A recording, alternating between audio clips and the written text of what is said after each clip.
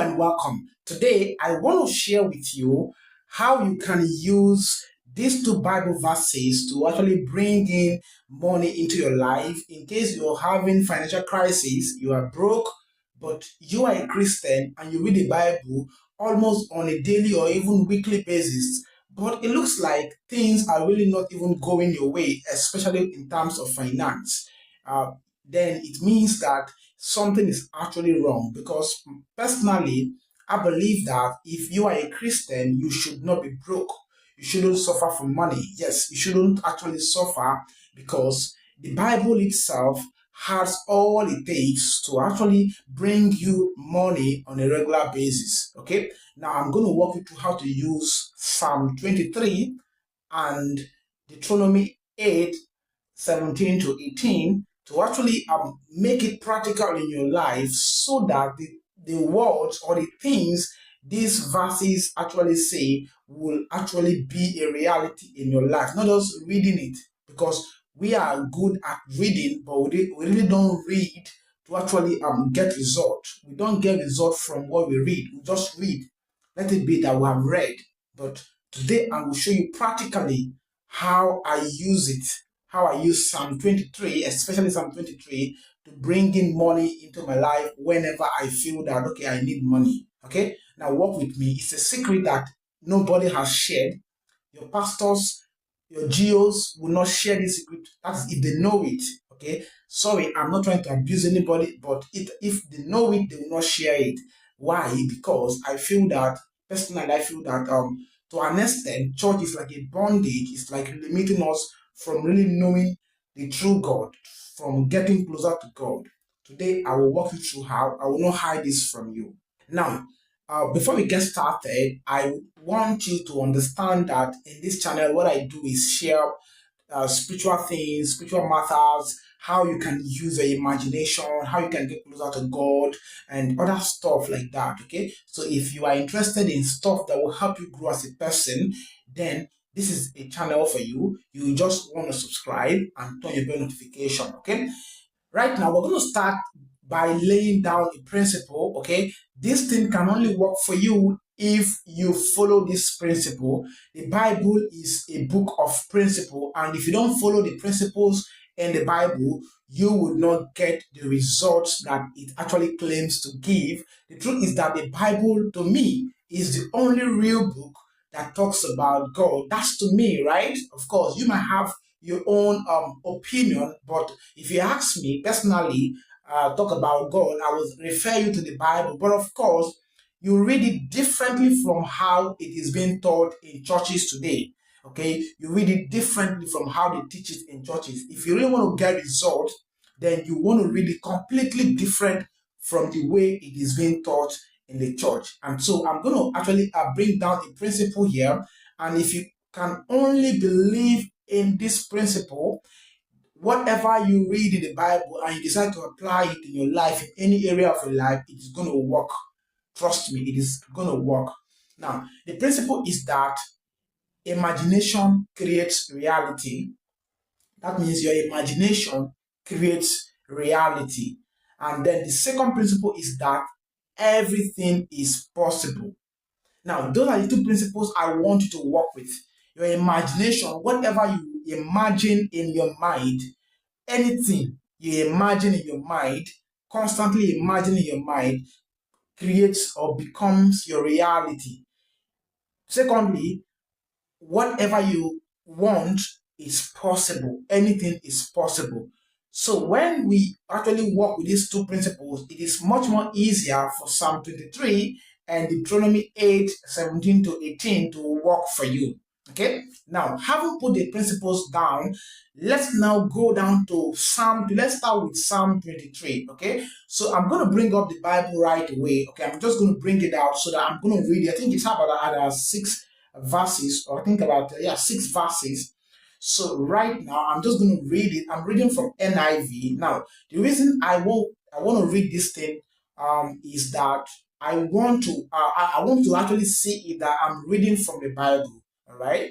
Now and also for some of us who do not really read it, we only some of us only cram it, we only memorize it. Okay, you don't really know how it is in the Bible, it's also very important to look at it yourself. Okay, so I'm just going to bring out I'm going to bring up Psalm 23 now. I'm actually reading from NIV, so I'm going to be reading exactly as it is in the NIV book. Okay, now a Psalm of David, verse 1: The Lord is my shepherd, I lack nothing. Now, mark the word, I lack nothing. He makes me lie down in green pastures. Green pastures. What does that mean? Well, we only read these things and we cram it, we memorize it, but we don't really pay careful attention to what the meaning of these words really is. The first one is, I lack nothing. That means you don't have anything to lack. Whatever you want, you can get it. Remember, it's actually matching with the second principle we are applying, that anything is possible, right? And that says, I lack nothing. Now here, the verse 2 says, he makes me lie down in green pastures. Green means where there is productivity, where there is no lack, where there is excessive of good thing. Okay, that's why the Bible uses the word green pastures. Okay, let's go down there. He leads me beside quiet waters. 3, he refreshes my soul. He guides me along the right paths for his name's sake. Even though I walk through the darkest valley, I will fear no evil. Now, this can also be a protection for you. You can use this verse of the Bible to actually use it for protection, but you can use it the wrong way and, of course, the right way. Now, for today, we're just going to focus on finance. Okay? Now, here, for you are with me, your rod and your staff, they comfort me. You prepare, now, verse 5, you prepare a table before me in the presence of my enemies. You anoint my head with oil, my cup overflows. You anoint my head with oil, my cup overflows. Okay, now what this means is that your cup overflows. Your cup is not half full, but it's filled to the brim and then it overflows. That means you have excessive of everything that you might just want. I mean, everything is abundance. There is no lack. Just like it said in verse 1, I lack nothing. There is no lack. There is abundance, complete abundance. God has abundance of anything you want. You have it abundant.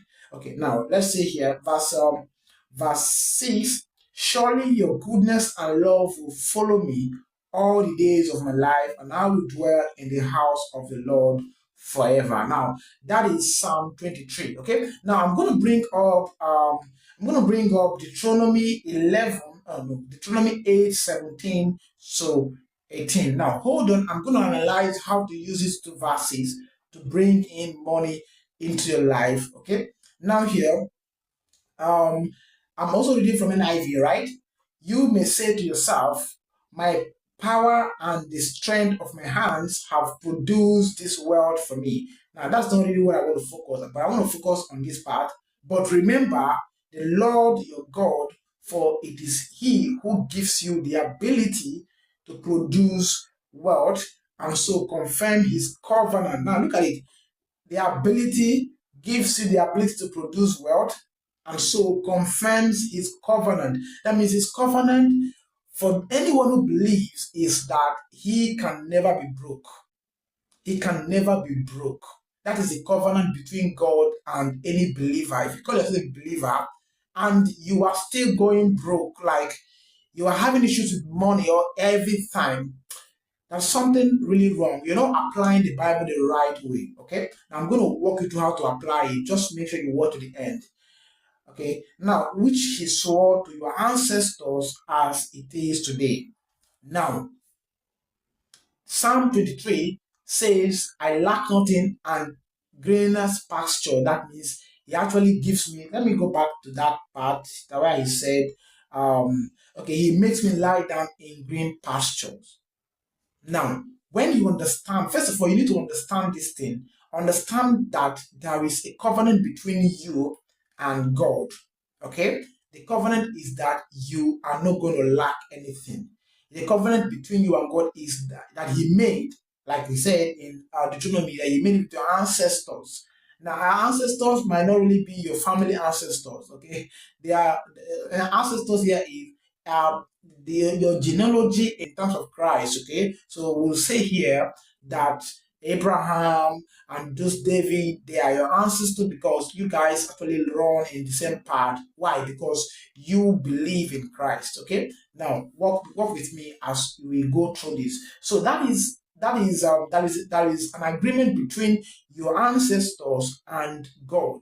And so, because that agreement, you are from that lineage spiritually, then that agreement applies to you also. That agreement applies to you also.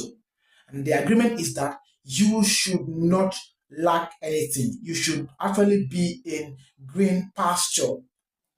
So if you are lacking something that you want today, especially money, then it means that something is wrong. That agreement that God had with your ancestors, which is talking about Abraham, David, and because there is a spiritual connectivity between you and them now. There is something wrong if these things are not happening. So how do you do it? Now, step one, first of all, what do you want? Define exactly what you want. Now, there is an open check that God has given to each and every one of us. Open check to write what we want. Just write exactly what you want. It's an open book. It is not taking anything for you. It's not saying this is how much you should want or you should not want. No, it's an open check. So you decide exactly how much you want. Now, secondly, the next thing is to understand that it is your faith that God works with. When you believe that the covenant God made with Abraham, David, and those people, right? That those covenant applies to you, then you have to claim it by faith. Faith is not just by mouth. Faith is about your imagination. Okay, so this is where we now talk about how your imagination creates your reality. Your imagination is your faith. Whatever you are constantly imagining, be it good or bad, you have faith in that thing, and that thing eventually must come to your reality. So when you are constantly imagining something, automatically you are believing, you are having faith in that thing. Whether that thing is good or whether it is bad, you are automatically believing it because you are imagining it. So here comes faith. Faith is key. Just like the Bible says that if you want to go close to God, you now have to have faith in Him. Faith in Him. Faith in what? Faith in the fact that whatever you are imagining according to His word is true. So in this case now, we want money, right? Now you start we have defined how much you want. Now you start imagining it in your head. Start imagining it in your head, in your mind. Now, how will it feel? Well, just imagine that this thing has already happened. You already have this amount. Now, how will it feel? What's going to be the condition when you already have this money? What's going to be the condition like? So you start imagining it in your head. Start romancing it in your head. Now, you imagine it not once, not twice, not thrice, not you imagine it countless times, continually. Remember, they say faith cometh by hearing, and hearing, and hearing the word of God. In this case, the word of God is that thing that's going to make your life comfortable is the word of God. So you now have to keep hearing it, keep hearing it, keep hearing it often and often in your mind so that it will bring in faith. Of course, as you are hearing it often and often, automatically you are developing faith in that thing. And once you have faith in it, you have pleased God. And in no distant time, you are going to get what you want. Now, you're going to be asking, how am I going to get it? How do I know when this thing is going to happen? Now, there are just two things I want you to understand. First is, you do not know how it's going to come about. Secondly, you don't know when it's going to come about. Just like the Bible says that God's ways and our ways are not the same. His ways and is higher than our ways, and we do not understand his ways. We don't understand how he moves. That's exactly how it is in terms of getting you what you want. You are not to concern yourself on how it's going to come about. You're not to concern yourself on when it is going to come about. But you have to concern yourself on this thing that I'm imagining. I already have it in my mind. It's already existing in my mind. And so you now order your thinking pattern according to it. Order your thinking pattern according to it. And once you order your thinking pattern according to it, no force in this world, in this universe, can stop it from coming to reality. Nothing in this world can stop it from coming to reality. Now, let me warn you. A lot of you think that when you hear miracle, that it has to be instantaneous. Sometimes some things don't happen instantaneous. Remember, even the Bible specified that there is time for everything. And the Bible talked about it in the book of Habakkuk. It talks about a dream. You have to wait for your dream, and if it looks like it's delaying, the Bible says, wait, for it will not tarry, and it will not be late. So whatever that you have imagined, which is your prayer to God, because anything you're imagining is the prayer you're offering to God. Forget about the things we say with our mouth when we pray. Those things, they really don't count. What counts is what you are imagining. That is the prayer you're offering to God. So if you're offering to God something bad, of course, you're going to get it. If you're offering to God something good, you're also going to get it. You offer to God what you are imagining in your head consistently. That's the prayer you're offering to God. All these speaking in tongues, all this klakababula that they do in churches, well, I don't fancy it, okay? Because you're not speaking to God, except what that thing you are speaking to God aligns with what you're thinking in your mind. That's only when your prayer will be answered. But if you are just saying it verbally, but it is not in your head, you're not constantly imagining the end result, then trust me, you are not going to get what you are actually speaking about. Okay, because God does not look at our mouth. What God looks at is our heart. What you're thinking in your heart, in your mind. Actually, this is the position of your mind here. Okay, this is the position of your mind. That's what God is looking at, not what you're speaking with your mouth. He looks at what is in your mind. It's here. Okay, that's when you're imagining constantly. That's what God looks at. All right.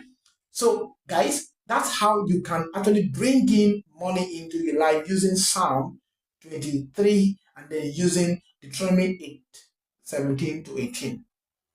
Now, I am going to expand this more in the next video, okay? I will expand it more and then even give you more tips on how you can be able to use these two verses and, of course, other verses of the Bible to actually bring in anything you want. Remember, the Bible says that we lack nothing. In that psalm, we read that he makes me to lie down in green pastures, and that he will not let me to lack anything. So that means anything is possible. Okay?